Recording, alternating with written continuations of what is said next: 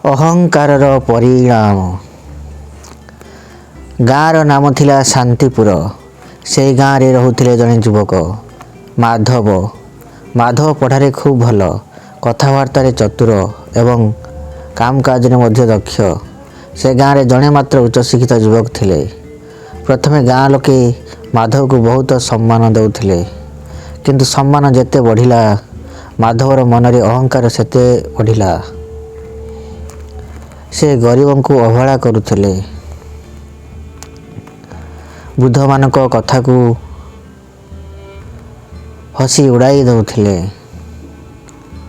କେହି ପରାମର୍ଶ ଦେଲେ ସେ କହୁଥିଲେ, ମୋତେ କେହି କିଛି ଶିଖାଇ ପାରିବ ନାହିଁ।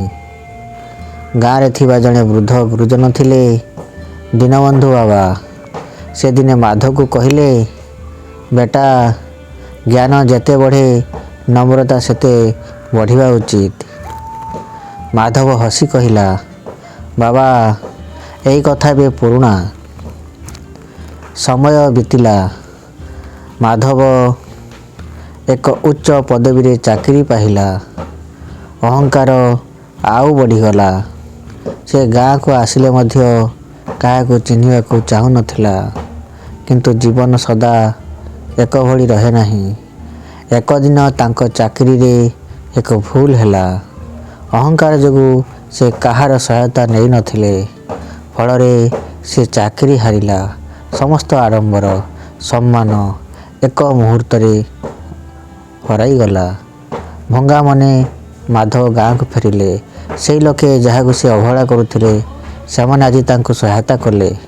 ଦୀନବନ୍ଧୁ ବାବା ତାଙ୍କୁ ଦେଖି କହିଲେ, ବେଟା, ଅହଙ୍କାର ମନୁଷ୍ୟକୁ ଏକା କରିଦିଏ, ନମ୍ରତା ସମସ୍ତଙ୍କୁ ନିଜର କରେ। ସେଦିନ ମାଧବର ଆଖିରୁ ଲୁହ ଝରିଗଲା। ସେ ବୁଝିଗଲା, ସଫଳତା ମନୁଷ୍ୟକୁ ଶ୍ରେଷ୍ଠ କରେ ନାହିଁ, ନମ୍ରତା ହିଁ ତାକୁ ମହାନ କରେ।